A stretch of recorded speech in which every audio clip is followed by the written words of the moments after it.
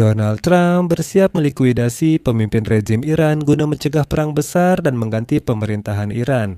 Pemerintahan Trump siap mempertimbangkan tawaran yang mengizinkan Iran melakukan pengayaan uranium secara simbolis, asalkan tidak membuka peluang membuat bom.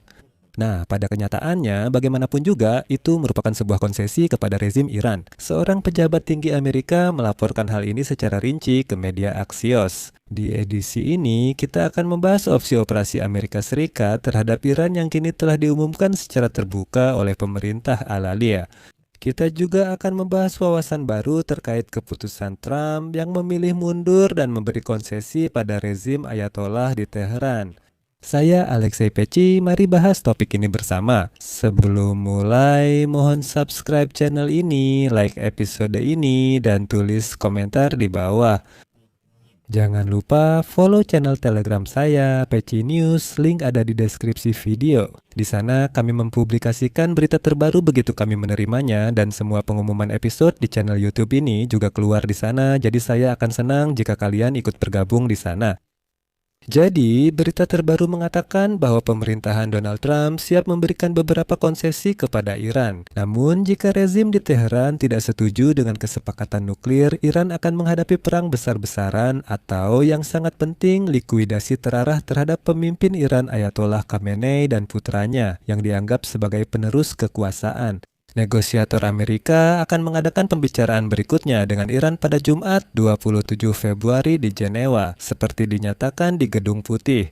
Jika dalam 48 jam ke depan mereka menerima proposal rinci Iran soal kesepakatan nuklir, menurut pejabat Amerika, upaya diplomatik saat ini kemungkinan merupakan kesempatan terakhir yang akan diberikan Presiden Trump kepada Iran sebelum dimulainya operasi militer besar-besaran Amerika Israel, yang mungkin ditujukan langsung kepada pemimpin tertinggi Ayatollah Ali Khamenei. Dan inilah para utusan Trump. Kushner yang keduanya menyarankan Trump untuk memberi kesempatan pada diplomasi sebelum memerintahkan serangan, berencana berada di Jenewa pada 27 Februari jika pihak Iran mengirimkan kesepakatan nuklir mereka versi mereka pada awal minggu depan. Juru bicara resmi mengonfirmasi bahwa pemerintahan Trump dan Iran juga dapat membahas kemungkinan mencapai kesepakatan sementara sebelum mencapai kesepakatan penuh. Namun intinya adalah jika Iran kembali mencoba mengelak dan menghindar dari kesepakatan, maka perang tidak bisa dihindari.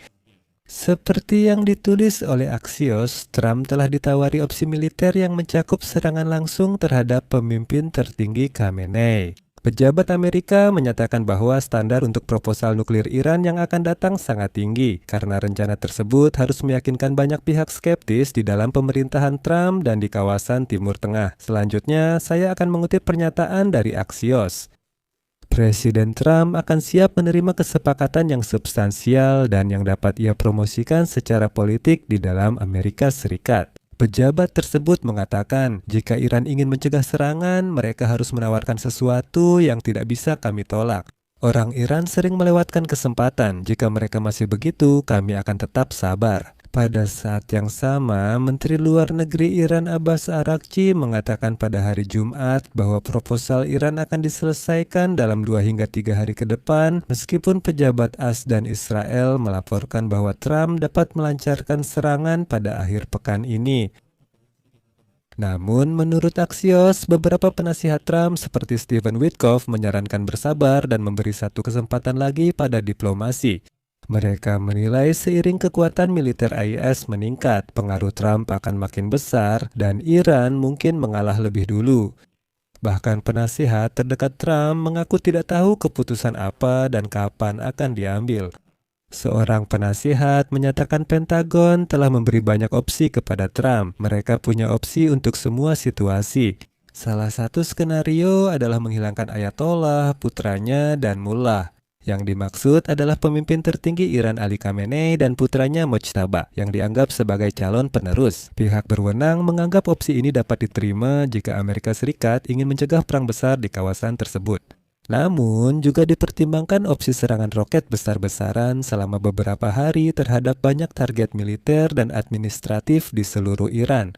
Perlu dicatat, posisi publik Amerika Serikat dan Iran soal pengayaan uranium tampak tak dapat didamaikan. Namun, komentar Menteri Luar Negeri Iran, Arakci, dan di sisi lain, pejabat tinggi Amerika Serikat menunjukkan bahwa masih ada kemungkinan untuk mencapai kesepakatan.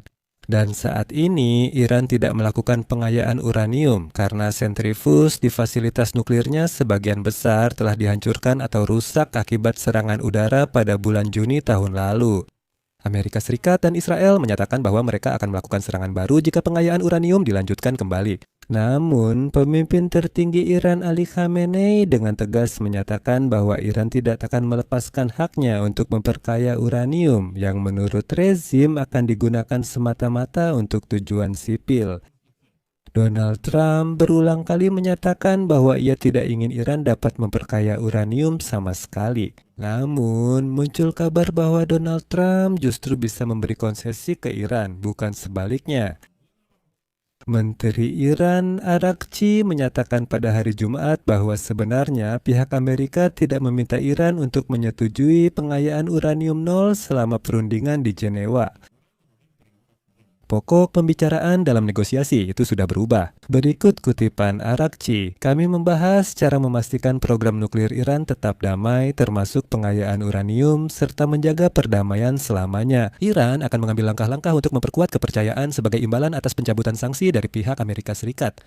Arakci secara langsung menyatakan mereka tidak akan menghentikan pengayaan uranium, tetapi berjanji tidak akan mengubahnya jadi uranium tingkat senjata. Seorang pejabat tinggi IAEA menyebut Stephen Witkoff dan Jared Kushner menyampaikan pada orang yang sama bahwa Trump menegaskan tidak boleh ada pengayaan di Iran. Berikut kutipan dari Axios. Namun, pejabat tersebut menyatakan bahwa jika usulan tersebut mencakup pengayaan simbolis dalam jumlah kecil, jika Iran memberi bukti rinci bahwa itu tak mengancam, Ahayesan akan mempelajarinya. Mediator Oman dan Qatar baru-baru ini mengatakan pada Iran dan Amerika Serikat bahwa kesepakatan harus membuat kedua pihak bisa mengklaim kemenangan dan mungkin diterima negara Teluk Persia serta Israel. Dan sekarang di Washington mereka memberitahu kami bahwa mereka menunggu proposal akhir tentang program nuklir dari Iran dalam waktu 48 jam. Arakci mengonfirmasi bahwa rancangan proposal Iran akan diserahkan kepada Amerika Serikat, tetapi hanya setelah mendapat persetujuan akhir dari pimpinan politik di Teheran, yaitu Ayatollah Khamenei. Dia menyatakan bahwa rencana tersebut akan mencakup komitmen politik, teknis, dan langkah-langkah teknis yang bertujuan untuk memastikan penggunaan program nuklir Iran hanya untuk tujuan damai. Disinilah salah satu momen penting yang menandakan kisah ini tak berakhir tahun ini. Arakci menyatakan bahwa Rafael Grossi, Kepala Badan Pengawas Nuklir PBB IAEA, ikut serta dalam perundingan, dan dia mengusulkan langkah-langkah teknis untuk memastikan bahwa program nuklir Iran tidak dapat digunakan untuk tujuan non-damai. Langkah-langkah teknis semacam itu bisa berarti kembalinya para inspektur PBB ke Iran dengan mandat ketat untuk melakukan pemantauan serta penghapusan atau pengenceran. 450 kg uranium yang sangat diperkaya terkubur di fasilitas nuklir Iran akibat pemboman oleh Amerika Serikat dan Israel tahun lalu. Intinya, program nuklir dan fasilitas bawah tanah Iran tetap ada. Saya akhiri pembahasan, tulis pendapat dan kesimpulan di kolom komentar. Jangan lupa subscribe, like, dan tekan lonceng untuk notifikasi episode baru di channel YouTube ini. Jika episode ini bermanfaat, Anda bisa mendukung channel YouTube ini lewat donasi atau langganan berbayar melalui tautan di deskripsi atau kode QR yang tersedia. Terima kasih atas dukungannya, jaga diri, sampai jumpa.